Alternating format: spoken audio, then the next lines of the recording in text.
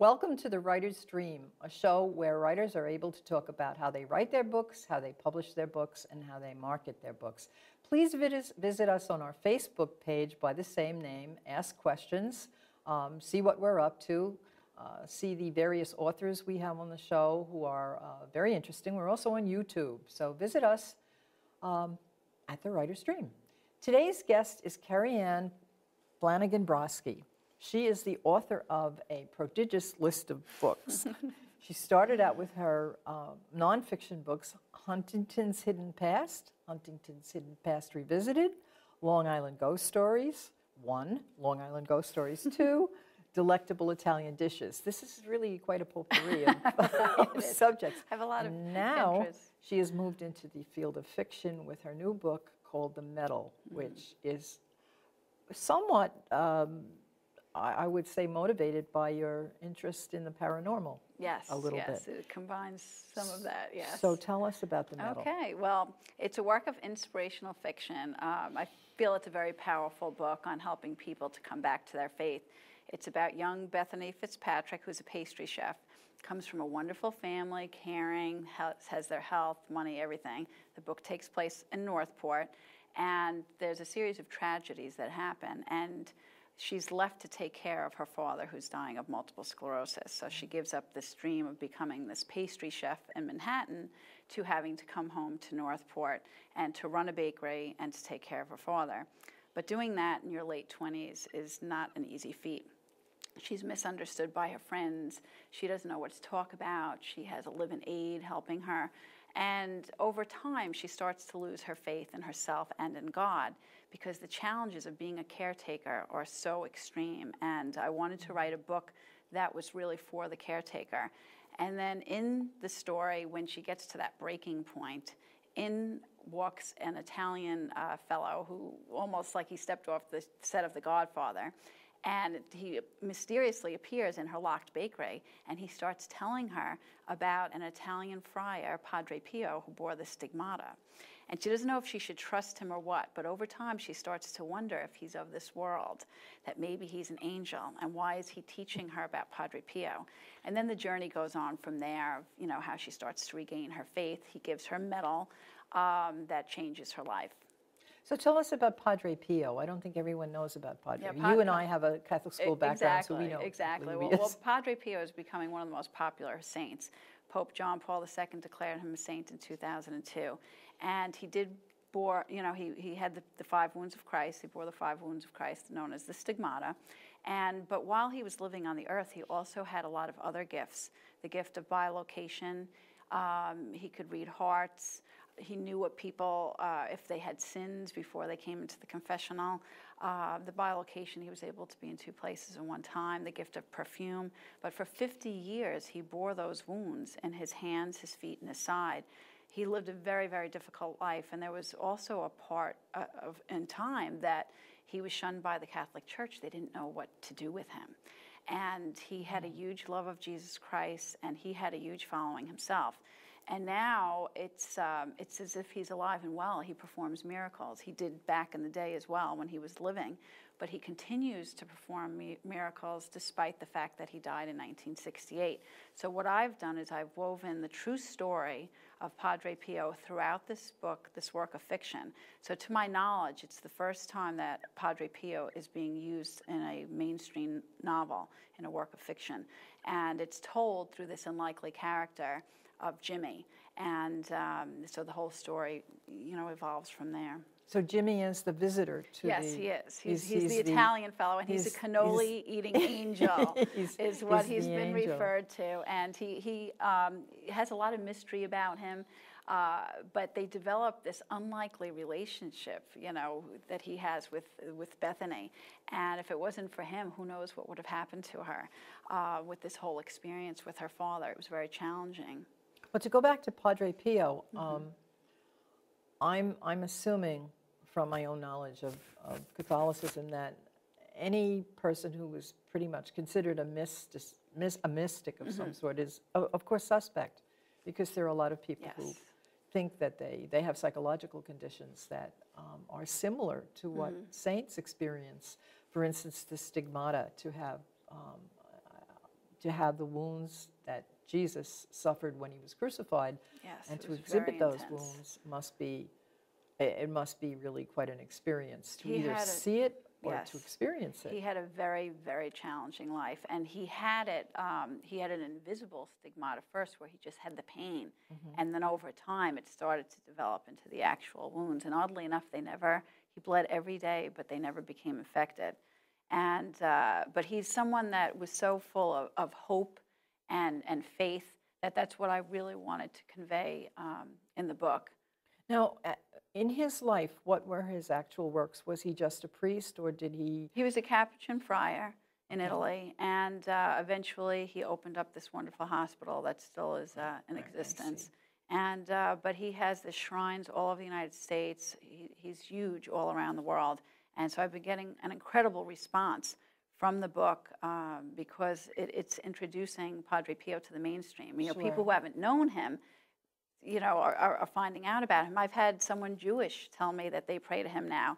I had an atheist buy a bunch of copies of the book recently, and I have some 5-star reviews on it, and one of them was from a non-Catholic. So it's not limited to just the Catholic. You learn some things about Catholic faith, but the meaning behind the book is really about hope and getting through as a caretaker. And because so many books are about someone that has an illness, which is fine. That's important to have, but the role of the caretaker is often misunderstood, and how your life goes on. So I really concentrate on that fact. Yes, I agree with that. And in the Catholic Church, of course, you spoke of miracles. And in order to become a saint, there have to be 3 proven miracles. Right. Well, one interesting thing, they did that with Padre Pio, but I had my own miracle that had to do with Padre Pio, which I won't say. It's the end of the book, though. Okay. It'll give away the story, but it does have to do with a medal that was given to me, and that is what inspired me to write this book. My own father had multiple sclerosis. He was diagnosed at age 48, had it for 16 years. So the main character of Bethany is a combination of what I witnessed my mother going through and what I went through, and I combine one strong character in the book. And so it is based, they always say, to write about things you know. And so it was challenging in that regard because I had to go back to places that I didn't really want to go back to as far as watching my own father suffer. But just like in the book, I did meet someone that was a stranger at the time who taught me about Padre Pio. I had never heard of him. And he gave me a medal that changed my life and ultimately led me to writing the book that's called The Medal. So you have to read it to find out the end. And if people want to find out about Padre Pio, you listed a website, padrepio.com. And well, for my book, it's padrepiomedal.com. Okay. But Google searches, you could get tons of information on Padre now there Pio. are still pilgrimages on Oh, it, yes. not to Italy, to his hospital. Right. People go for cures, and those are the miracles that are ongoing. And I know people that have been cured, and I swear it's because of Padre Pio. I feel that strongly about it. There's Lourdes, there's they Saint Anne de happen. Beaupré in Canada. Yeah, they definitely happen, and it's incredible. And this is a way of getting Padre Pio's name again out into the mainstream for people who may not know him. And people need faith. I had my own experience where I met a stranger who gave me something. And it was a time in my life when I had a very contentious relationship with my son at the time. And it was a long, ongoing, almost 10-year contentious problem with my son. And we had a reconciliation. It's interesting that I had lost my faith as well and went through most of those years really suffering with it. And I finally, for whatever reason, started to pray about it. And we had a reconciliation. And about 2 days after that, I went into a gift shop in my town. And the woman who waited on me had a clotter ring on. And I said, "Oh, did you get your clotter ring in Ireland?" And she said, "No, I got it in Medjugorje." And I looked at her like, and I said, "Oh, is Medjugorje in Italy?" And she said, "No, it's in Yugoslavia." Very powerful place. And I started to cry. I just... This is what happens, and this is what happens in the book. And because you never know who you're going to meet. And she said to me, "Write what you want as if it were a letter to the Blessed Mother and bring it to me. I'm going there. I'm going to Medjugorje." And she went, and she brought me a rosary back. And I hang on to that rosary. Two things I hang on to.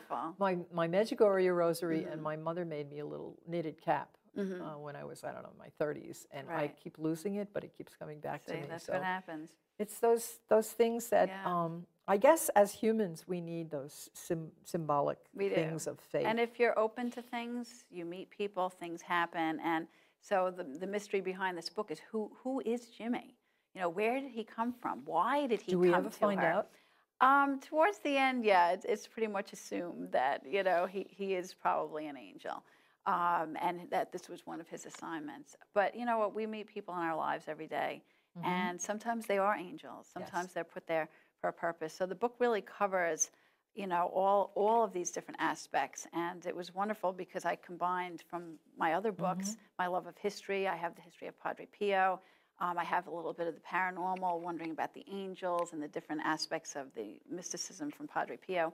And then even cooking with the cookbook, I have her as a pastry chef. So I combined all of my loves into You write one about book. what you know. That's exactly right? it. That's that's. So you basically your inspiration came from your own experience with your dad. Yes. Is your dad still with us? No, he passed away 7 years ago, so he never got to see the book. And But it's dedicated. I You have know, the yes. acknowledgments and everything. Well, it's actually dedicated to the person who gave me the medal. My other books were dedicated to my dad, but he's in the acknowledgments because he's still with me and helping me on my journey from the other side, which is great. Oh, your dad. Mine too. Yeah. Mine too. Every once in a while, I turn on the television and there's a Notre Dame game, and I know Dad is with me. Yeah, because it's he so went to Notre true. Dame. They are with us. Oh you yeah. know. Yeah. If you find a quiet moment and you sit and you think, Yes. the answers come to you, and I believe they come to you from the people who loved you Yeah, when they were it's alive. so true. And so, what was the greatest challenge in writing this book? Oh, it's filled with challenges. Being an author in general is challenging. Um. Well, I guess going from nonfiction to fiction was very challenging. I had written another novel that was never published. I never pursued it.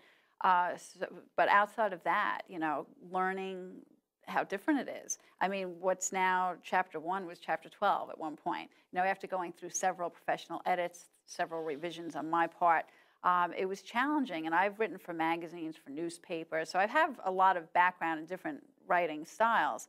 But, you know, writing a novel and getting the voice down and everything, it was challenging. So it took me a good 2 to 3 years through revisions and working with a really good editor to make that transition. The other thing that was difficult for me was with the nonfiction books, the Ghosts of Long Island books, I was always out there in the field. It was like being Nancy Drew, and I loved it. I was in mansions, historic places, all these great things, researching, talking with people, interviewing them. With this book, it was very reclusive. I was in my office most of the time. There was some research involved, but not enough to get me out in the world. So that was an adjustment for me, to be just in my office writing. But then on the other hand, I was also creating. I had that ability to create more than I did with the nonfiction books, creating characters, putting emotion into things. And my goal always was to try to move from nonfiction to fiction and get, you know, a broader audience and get it, you know, off Long Island, very well known on Long Island. But I'd like it to go throughout the country now, and I'm starting to see that, which is great. Is the point of view in the book first person? Yes. Yes, I write in first person too, and I find it's the easiest way to really. It's easy in the way that you can get the emotion of the character, your main character, out there, but it's very difficult because you end up putting yourself in the other characters too, and you're not supposed to do that. Right. That, Yeah, so it's always that point of view, and all of a sudden you're in the wrong person, and you know, and so when you and there's a I lot. did most of my writing before I wrote these mystery novels was actually curriculum writing, and you know, it was expository writing, and there's like very little personality. Right. Although if you have a personality, it usually creeps in somehow. Right, exactly. That's the nice thing about writing. So, what was your greatest joy? Seeing it in book form. I mean, I deal with a lot of authors. I'm, you know, as you know, the president of the authors group, and people would say to me, you know, how many times could you read your book over and ad nauseum? And you get to a point that you just don't even want to see it anymore. You read it so many times. And but still, when you're handed the book and it's an actual book, it's funny because I am very traditional when it comes to books. I like to have books to own them. I know Kindle, this is also available in Kindle and on the Nook, And I know people love that electronic format. But when it did come out in the e-format, my husband took out his Kindle and he said, look, you want to see your book? And I looked at it and I said, you know what? I saw my book on a computer for long enough. Oh, and I said, right. I don't want to see it in computer again. So the greatest moment is when you have that. And also my book signing at Book Review. I've had all of my other 5 books. The launches have always been at the Book Review. And they do a wonderful job. And I had over 200 people attend the launch. Yeah, thank you very much. I know. And that part I love. I love being out in the public, talking about the book, giving people hope. And then the hurricane came, and I was shocked at the amount of people who that's what they chose to do when they lost power. They had just, bought the book. They read it by candlelight. And I had one woman in tears saying it helped her to get through the storm. She had something to do, and it gave her strength and faith, and the meaning behind the book was so powerful that it actually helped people. And as a writer, that's all that you could ask for, is to be able to touch people's hearts, to let them think about something, give them some food for thought. And if I could write books that help change people's lives for the better, that's what it's all about for me. I wanted to write books that make a difference. There are so many ways that people can reach out and touch other people. I felt that way my many years as a teacher, was that I had this power every day to make somebody's day. Right. And writing is the same thing. It's the same thing. And with the caretaker aspect, people said to me, oh my God, it was like reading my own story. Yes. I remember what it was like when my father was dying. I remember how no one understood me, how I had nothing to say when people said, oh, what have you been up to? And that conversation, even amongst your closest friends sometimes, it's an awkwardness when people don't know what to say to you when you're in these difficult situations. But it's also, having been a caretaker myself, not an everyday in the house, but my father lived to be 99, so there was a lot of caretaking in there, especially psychological. When your loved one is really very ill, you're so alone. Yes, it's so alone. And I really capture that in this book. And people can relate to it. I mean, there are parts that might be, sad, but people say at the end, it's so full of inspiration, and you realize that life does go on, that your life can go on. And it's just, it's very powerful. And it just, I feel like I was guided to write it as I was with my other books. And it's a story that was meant to be told, that aspect and the aspect of Padre Pio. We need to get the word out on him. Yes, and I'm sure that you're going to hear time and time again stories of how this book that you've written has helped people. Tell me about the events you've done besides the book review. Well, tell me about the book review, though. How does that all work?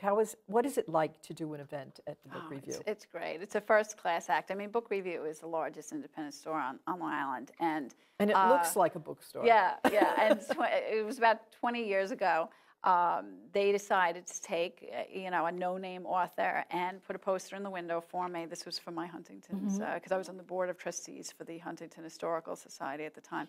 And they took a chance on me, and it worked. And I've promised them that they would always be the one for the launch, and I always promise a crowd. And I do a lot of marketing on it, and so do they. And it's very exciting, because that's when the book's first coming out. There's a lot of hype. The official release day was on September 23rd, which was Padre Pio's feast day. So I was actually at St. John the Baptist Church at the Padre Pio Shrine for the release day, but the official book launch was at the book review. Several days later, I was at the Northport Engelman's Theater, where I had close to 150 people. That was a full lecture and a book signing. And people had purchased the book right before going into the theater to make it go quicker, and then I could sign books at the end.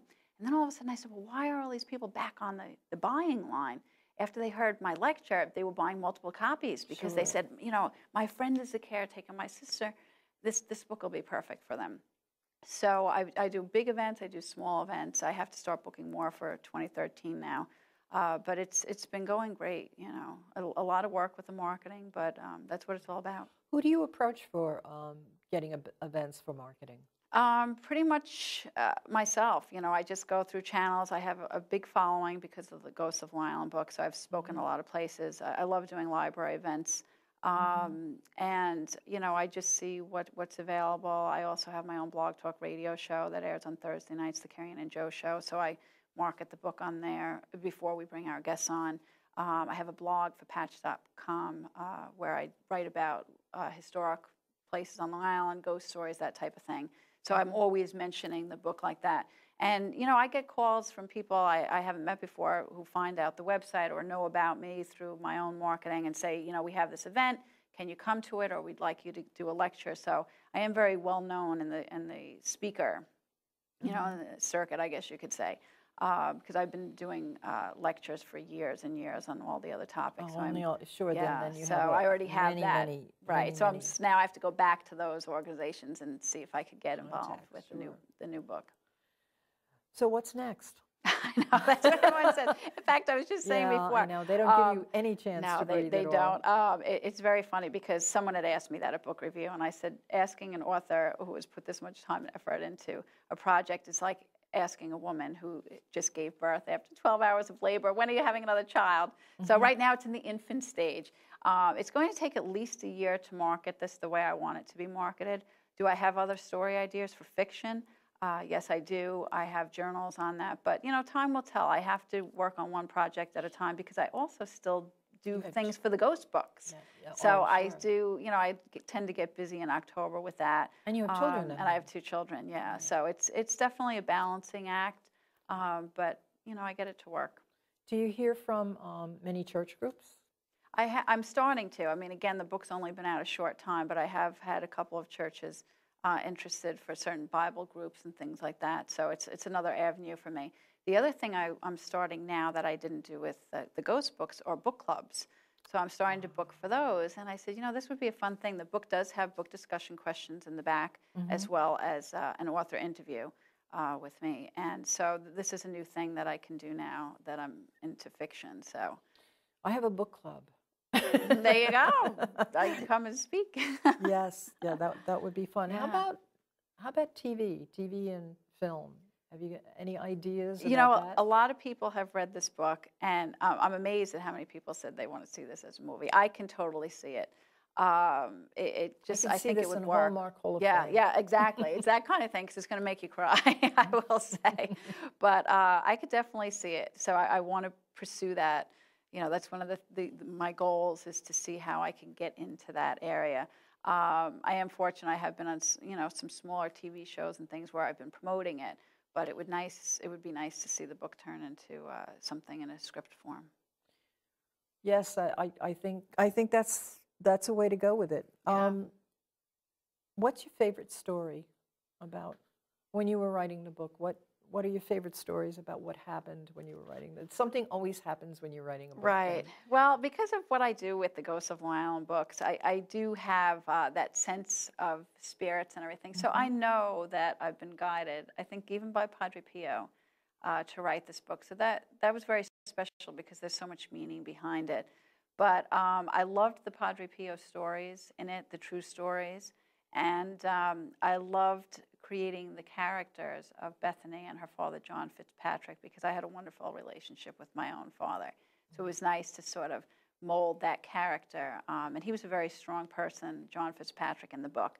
He sort of accepted his illness and everything. So I enjoyed that aspect of developing their relationship. And the cover was perfect because they sit together and look out over the harbor from the house, and they have these big discussions.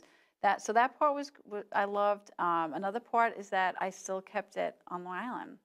So some of the places in the book, people say, I know what that is. I know which place you're talking about. I had changed the name. So that part is something else I really could say I enjoyed. Now, were you ever contacted by anyone who was actually a proven miracle of Padre Pio? I actually met someone, Anthony Fiora, which I'm sure a lot of people know who he is. I attended, it was a healing mass and a presentation by him. This was back when I was going through my own thing with my father's illness and getting the medal and all of that. And he actually drove Padre Pio in his car many years ago. He was dying himself. Padre Pio cured him. And this is all dialogued. I mean, it's all written down and archived at the Vatican. But it was him that was one of the 3 miracles right here on Long Island. Can you imagine? Wow. So yeah. it was So his he's really story. almost an American saint. Yeah, I know. I don't think our viewers are really completely familiar with the kind of work you do with the ghost books. Can you explain that a little bit Sure. and then talk about how that dovetails Sure. into... Each book contains 30 different stories of places that are presumably haunted on Long Island, with a heavy emphasis on local history, including the Native American past and Revolutionary War. But with the second ghost book, it became very spiritual. I interviewed a medium, talked with regular people about their communication with lost loved ones on the other side. So for me, it was, I say, from ghost to a mystical saint who bore the stigmata. It was a natural progression because my life has gone, I'm very religious, I'm born, raised Catholic, but I also have a lot of spiritual beliefs. And so going from ghost to this was a natural transition because it's very spiritual. Yeah, I would imagine that when you write books about ghosts, you have to be pretty open-minded. Yeah, you do. Because there are people who will poo-poo. Right. Well, I have to say right off like the bat that, I mean, TV destroys what I do, because it's like people come up to me, oh, I saw this movie. Is that what it's like? And it's not. It's not like what you see on TV. It's not like what you see in the movies. So I have to sort of debunk that, what it is that we do. And we concentrate on the positive aspects of spiritual communication with the other side, and that, our loved ones are working with us. And again, it's the history, too. I say I'm a historian first and a ghost investigator second. But also you have to have that open-mindedness that keeps you open to not only the idea of the spirituality, spiritualism, spirits, but also allow you to have a message from a spirit. Because that's what it is. It's about the messages and how they can help us. And I think if you're open-minded, I believe that those messages are there. We sometimes don't recognize them. Right. I think they're in our daily life. It was so great to have you on, Kerriann. Thank you so much, Come back. Linda. Thank you. Yes. Come back for the TV show or the movie. Right, exactly.